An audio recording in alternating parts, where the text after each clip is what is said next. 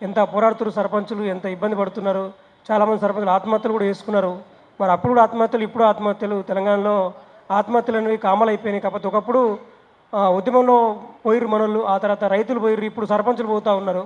So ఊరికి అభివృద్ధి చేస్తే ఊరేసుకునే పరిస్థితి రావడం అనేది చాలా ఘోరం.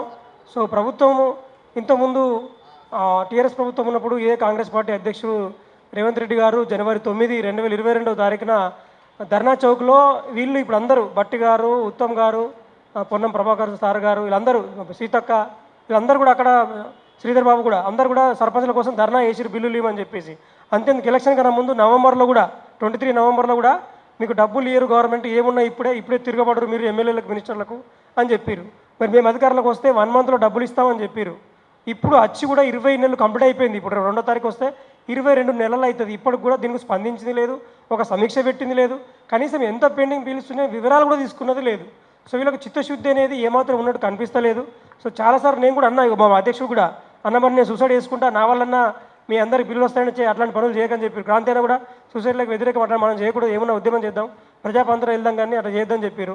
సో చాలామంది సర్పంచులు అప్పులు చేసిరు. ఎందుకు చేసిరంటే గవర్నమెంట్ టార్గెట్ పెట్టి చేయించారు.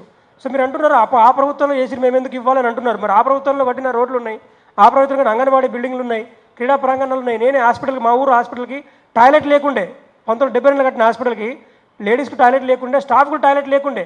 అసలు టాయిలెట్ గ్రామ పంచాయతీ ఫండ్స్ నుంచి మేము పెట్టినాం, పల్లె ప్రగతి కింద టాయిలెట్లు పెట్టినాం. దానికి అంతే రైతు వేదిక కూడా కట్టినాం. రాత్రి 12 గంటలకు కలెక్టర్ వర్క్ జరుగుతుందని చూస్తే 12 గంటలకు లేబర్ పెట్టి పని చేయించినాం. అక్కడ మేము గ్రామ పంచాయతీ నుంచి వర్కులు రోడ్లు వేసినాం, పార్కులు కట్టినాం, క్రీడా పార్కులు కట్టినాం, చిల్డ్రన్ పార్కులు కట్టినాం, స్పోర్ట్స్ కాంప్లెక్స్ పెట్టినాం. ఎన్ని చేయాలో ఆల్రౌండ్ డెవలప్మెంట్ జరిగింది. అది వాస్తవం, మీకు అలాంటి తెలుసుకోవచ్చు ఇప్పుడు కూడా. కానీ మీరు ఏమాత్రం స్పందించకపోవడం అనేది చాలా విడ్డూరంగా ఉంది. మరి ఏంటంటే మీరు కళ్ళు మూసుకొని చేస్తున్నా ప్రాలన ఏం చేస్తున్నా అర్థమైతలేదు. ఇదే మీరు రీల్స్ మంత్రి ఇప్పుడు సీతక్క గారు మొన్న ఇంతకుముందు ప్రభుత్వం ఉన్నప్పుడు మాకు హెలికాప్టర్ పంపిణీ ఏడిసిర్రు. మరి ఇప్పుడేమో ఆ కామెంట్లు జరిగింది, పొయ్యిలు చూసి వచ్చిర్రు, ఏమైనా రెస్పాన్స్ ఉందా? ఏమైనా రివ్యూ మీటింగ్ పెట్టిర్రా? ఏం రివ్యూ మీటింగ్ లేదు. స్పోర్ట్స్ మీటింగ్ పెట్టుకొని కూర్చున్నారు, మూసీ మీటింగ్ పెట్టుకొని కూర్చున్నారు. అరే పబ్లిక్ చనిపోతురా, నీళ్ళు వాటర్ మొత్తం ఫుల్ అప్ అయ్యి ఈయన అక్కడ నుంచి పోటీ చేసిండు ఈయన రేవంత్ రెడ్డి గారు. పోటీ చేసిన ఊరు కూడా నువ్వు పోవడానికి టైం లేకుండా రివ్యూలు చేసుకుంటా ఒలింపిక్స్ నిర్వహిస్తా అని చెప్పడం అంటే నువ్వు కత్తి మామూలుగా గాల్లే స్వామి చేస్తున్నావు. గాల్లే స్వామి కదయా, ప్రజాపాలన అన్నారు, ప్రజలు చేయండి. నువ్వు గవర్నమెంట్ బిల్డింగ్లో ఉండకుండా ప్రైవేట్లో ఉండి ప్రజలకు అందుబాటులో లేకుండా రాజకీయ పాలన 100% ఇదే నిజమే రాజకీయ పాలన చూపిస్తున్నావు నువ్వు. అక్కడెక్కడ నువ్వు ప్రజావరణలో ఇప్పటికే 5 స్టార్ ప్రజావరణలో అప్లికేషన్ ఇచ్చినా నేను. మా ఊరు హాస్పిటల్ గురించి 3-4 సంవత్సరాలు హాస్పిటల్ కట్టి ఇప్పుడు హాస్పిటల్ ఇది ఊరు లేదు దానికి. మీరు ఆలోచించండి అసలు ఏం జరుగుతుంది ఊర్లో, ఏం జరుగుతుంది. స్కూల్ అంటారు, ఇప్పుడు 200 కోట్ల స్కూల్ కడుతున్నారు. మా కాన్సెన్స్ స్కూలే ఇవ్వలేదు, యంగ్ ఇండియా స్కూల్ ఎందుకు ఇవ్వలేదు? కొన్నిదికి ఇస్తారు, కొన్నిదికి ఇవ్వడానికి కారణం ఏంటి అంటే మీరు చేస్తున్న అసంబద్ధ పాలన, సమన్వయ పాలన అనేది లేనే లేదు. సో ఎంత మాడుకున్నా ఎంతవరకు రాష్ట్రం చేస్తున్నారు. ఎంతెందుకు మన ఉస్మాన్ యూనివర్సిటీకి పోయిర్రు, 1000 కోట్లు పడేస్తా అని చెప్తున్నారు. ఏడిస్తారు. కనీసం మధ్యాహ్న భోజన పథకం వాళ్ళకి 8 నెలల బిల్లులు లేవు, వాళ్ళకి ఎక్కడ పాలిస్తారు మీరు చెప్పండి. మీరు ట్రిపుల్ ఉన్న వాళ్ళకి జీతాలు ఇస్తలేరు అక్కడ, ఇంకా ఆ ట్రిపుల్ తీసుకొచ్చి మీ దగ్గర పెట్టుకుంటున్నారు. అంటే అది సరళం చేసి మీరు పెట్టుకుంటారా? మీరు ఆలోచించేటప్పుడు ఇప్పటిదాకా ఎన్ని యూనివర్సిటీలు పోయారు, అసలు లెక్చర్లు ఎందరికి నిర్మించారు మీరు? అసలు యూనివర్సిటీలో ఖాళీలు ఎన్ని ఉన్నాయి? 8,000 20,000 ఖాళీలు ఉంది. ఉస్మానియాలో 4,000 పైన ఖాళీలు ఉన్నాయి. టీచింగ్ నాన్ టీచింగ్ అంతా 8,000 పైన అయినాయి. మరి మీరు ఏది కూడా సంబంధం చేస్తలేరు. విద్యాశాఖ మీ దగ్గర ఉంచుకోవాల్సిన అవసరం ఏంది? ఎవరు లేరా విద్యార్థులు ఇక్కడ? మీరు చెప్పండి, అసలు ఎవరు లేరా విద్యార్థులు చెప్పండి. విద్యా కమిటీ చైర్మన్ నియమించారు, ఆయన ద్వారా ఏమైనా రిపోర్ట్ తెప్పించుకున్నారా? ఏమైనా అమలు చేస్తున్నారా? ఏదో వాళ్ళు చేస్తున్నారు చెప్పండి. ఎంప్లాయీస్ కనీసం బేసిక్ వాళ్ళకి PF GPF ఇస్తున్నారు. 30 సంవత్సరాలు డ్యూటీ చేసిన ఎంప్లాయీకి ఏమి రిటైర్మెంట్ బెనిఫిట్ ఇవ్వడం కారణం ఏంది? ఇటు సర్పంచులు అన్యాయం, అటు లేడీస్కి ఇస్తాను వాళ్ళకేం లేదు, తులంబంగా అది లేదు. అంటే లేడీస్ లేదు, విద్యార్థులకు జాబ్ క్యాలెండర్ అన్నారు, జాబ్ క్యాలెండర్ ఏడామలు చేస్తారు చెప్పండి. ఏ జాబ్ ఇచ్చారు? ఆల్రౌండ్గా నేను చెప్తున్నాను కదా, నిరుపేదలకు లేదు, ఆటో వాళ్ళకి లేదు, గరీబులకు లేదు, రైతులకైతే మొత్తం సర్వనాశనం చేసి పడేసారు. యూరియా కోసం కొట్టుకుంటారు, ఒక్కో యూరియా కోసం వాళ్ళు వారం రోజులు నిల్చుంటారు, వర్షంలో నిల్చుంటున్నారు. వాళ్ళు కూడా పార్టీ వాళ్ళు అంటున్నారు. ఇది ఎక్కడ న్యాయం నాకు అర్థం కాదు. వాళ్ళని మాట్లాడితే వాళ్ళని అరెస్ట్ చేస్తున్నారు. కంచే ఇప్పుడు నేను అసెంబ్లీ కూడా కంచేసిర్రు, ఉస్మాన్ యూనివర్సిటీ కంచేసిర్రు, వచ్చిన చూసిన సెక్రటరీ కూడా కంచేస్తున్నారు.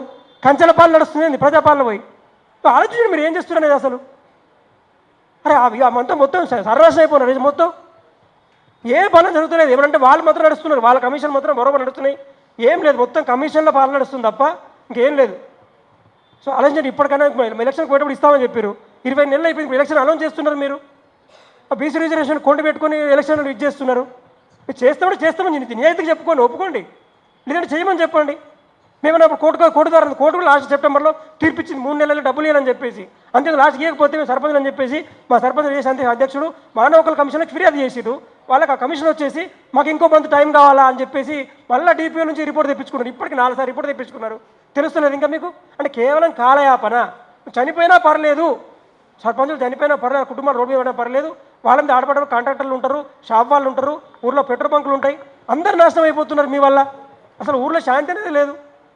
ఆలోచించండి. కానీ 20 నెలలు కూడా మీరు 20 నెలలు ఎలక్షన్ పెట్టకపోవడం అది కానీ 100% మీ యొక్క ఫెయిల్యూర్. అది 100% ఇదే ఫెయిల్యూర్. మీరు ఉద్యోగాల పరంగా ఫెయిల్ అయ్యారు, నిరుద్యోగుల పరంగా ఫెయిల్ అయ్యారు, విద్యార్థుల పరంగా ఫెయిల్ అయ్యారు, మహిళల పరంగా ఫెయిల్ అయ్యారు. ఏం నడుస్తుంది పాలన? ఎక్కడ నడుస్తుందో చెప్పుర్రి. సో మీరు అందరూ ఆలోచించారు, ఇప్పటికైనా ఆలోచించి మీరు పోయిర్రి. మీకు మాత్రం 100% లోకల్ ఎలక్షన్లు పోతే మాత్రం 100% మీకు రిజల్ట్ అనేది తెప్పుకుండా కొడతారు. దాంట్లో ఏమాత్రం డౌట్ లేదు. మీరు అనుకుంటున్నారు అధికారంలో కూర్చున్నప్పుడు కళ్ళు కనబడవు, అది 100% మిమ్మల్ని చూస్తే అది అందరికీ అర్థమవుతా ఉంది. అంతే. జర్నలిస్ట్ అందరూ విభజన తీసుకొస్తున్నారు. ప్రింట్ మీడియా, పేపర్ మీడియా అనుకుంటా, మీద మీకు వాడు ఫస్ట్ మీద కూర్చోాలట, వెనుక పళ్ళు కొట్టాలట, పండ్రాలు కొడతా, పేగులు మెడలు వేసుకుంటా. ఏందే నీ భాష ఏంది? అసలు నువ్వేం చేస్తున్నావు? అసలు ఎవరికి ఎగ్జాంపుల్ ఇవ్వాలనుకుంటున్నావు నువ్వు? అపోజిషన్ ఇప్పుడు మాట్లాడేది ఇప్పుడే మాట్లాడుతున్నారు. సో ఒకసారి ఆలోచించుకుని మీరు ఏం చేస్తున్నారు అనేది. కంపల్సరీ అధికారం ఎక్కువ రోజులు ఎవరికి ఉండదు. సో మీకన్నా మేము సీనియర్లు ఎట్లా చెప్పాలంటే, ఊరు మొత్తం శుభ్రం చేసినాం. 20 వార్డులలో 19 వార్డులు తెలంగాణ గ్రామ పంచాయతీలకు వచ్చినాయి. అవి కేవలం సర్పంచ్ చేస్తూనే వచ్చినాయి. అలాంటి సర్పంచ్లు విస్మరించడం ఎంతవరకు కరెక్టు? చూడండి, ఆలోచించండి. నేను కూడా ప్రభుత్వం రిక్వెస్ట్ చేస్తూ ఉన్నా, మీరు మంచి మనసుతో ఆలోచించండి అబ్బా. మీరు పాలన చేసే ప్రజల కొరకు, మీకోసం కాదు, ఆ ప్రజల కోసం సిన్సియర్గా చేయడం అని చెప్పి నేను రిక్వెస్ట్ చేస్తూ ఉన్నా. సో ఎలక్షన్ నోటిఫికేషన్ ఇచ్చే ముందే మా పిల్లల గురించి ఒక ప్రశ్న ఇవ్వాలి. లేదంటే నేను అందరి ముందర చెప్తున్నా, నేను రెడీ, దేనికోసమని రెడీగా ఉన్నా. నేను ఆ శ్రీకాంత్ గారు చనిపోయిన నేను అగ్గిపోసం కూడా సిద్ధంగా ఉన్నా. నేను పోయిన ప్రభుత్వం వరకు వాస్తవంగా సమిష్టిగా ఇవాళ గ్రామాలు అభివృద్ధి చెందినాయి. ఇవాళ రేవంత్ రెడ్డి వచ్చిన తర్వాత గ్రామాల పరిస్థితులు ఈయన పరిస్థితులు తీసుకొచ్చిండు. అప్పుడున్న పరిస్థితుల్లో మేము ఆ ప్రభుత్వం మమ్మలను ఒత్తిడి తీసుకొచ్చి ఇవాళ వాస్తవానికి అప్పుడున్న నిధులు ఇస్తేనే మేము అభివృద్ధి ముందు పోగలిగాం. అప్పుడున్న ఎమ్మెల్యేలు కానీ మంత్రులు కానీ ఇవాళ ముఖ్యమంత్రి కానీ అప్పుడున్న ప్రభుత్వం ఒక 4 సంవత్సరాలన్నర వరకు మాకు బిల్లులు ఇచ్చుకుంటూ ఎన్నో పనులు ఇవాళ వాస్తవానికి అప్పుడున్న మేము ఆ నిధులు వస్తేనే మేము పనులు చేయడం జరిగింది. మేము చేసిన పనులకు ఇవాళ పట్టణాలలో ఉన్న ప్రజలందరూ గ్రామాలకు వచ్చి భూములు కొనుక్కొని కోట్లతో ఇవాళ ప్రజలు బాగుపడ్డారు. ఇవాళ మేము సర్పంచ్లు పనులు చేసి అప్లపాలై రోడ్డుగా పడి మా భార్య పిల్లలు ఆత్మహత్య చేసుకునే పరిస్థితి ఉన్నది. దయచేసి ప్రతిపక్షమైన బీఆర్ఎస్ ప్రభుత్వం మేము 20 ఏళ్ల నుండి మేము ఉద్యమాలు చేసి 100 రూపాయలు సంపాదించుకోకుండా మీరు రోడ్ల మీద ఉండి ఇవాళ మా ఆస్తులు అమ్ముకొని ఉద్యమాలు చేసినాం. ఇవాళ మేము సర్పంచ్ అయ్యి ఏదో బాగుపడతామనే ఉద్దేశంతో పోతే ఆ ప్రభుత్వంలో కూడా మేము నష్టపోయి ఇవాళ మా బిల్లులు రాక ఇబ్బంది పడుతున్నాం. కాబట్టి దయచేసి మొన్న మేము సెక్రటరీ పోతే కనీసం మన ఎవరు ఉప ముఖ్యమంత్రి బట్టి గారు సరే అనుకుంటా పోతాను. కానీ ఒక బాధ్యతగా మీరు పనిచేసిళ్ళు, మేము నెలకిస్తాం 2 నెలలకు ఇస్తాం అనే విషయం కాకుండా ఇలా మనపడి పిల్లల కోసం గత ప్రభుత్వం పెట్టింది. ఇలా మన ఊరు బాగుపడుతుంది. ఎవరు టెండర్ వేసి రాకపోతే సర్పంచ్లను అదే కలెక్టర్ గారు ఒత్తిడి తీసుకొచ్చి మా పనులు చేయడం జరిగింది. వాటికి కానీ దాదాపు నాకు 55 లక్షలు రావాలి. కనీసం మన 20 లక్షల మిత్తిలే కట్టడం జరిగింది. ఉన్న 3 ఎకరాలు అమ్ముడుపోయే పరిస్థితి ఉన్నది. కాబట్టి దయచేసి ముఖ్యమంత్రి గారు చెప్తున్నాం, మా బిల్లులు ఇప్పించి ఆదుకోవాలని కోరుకుంటూ, ఈయన ఎడల మేము అందరం రోడ్ ఎక్కుదాం, మేము ఎలక్షన్ ఎట్లా పెడతారో మేము అడ్డుకుంటామని కోరుకుంటాం.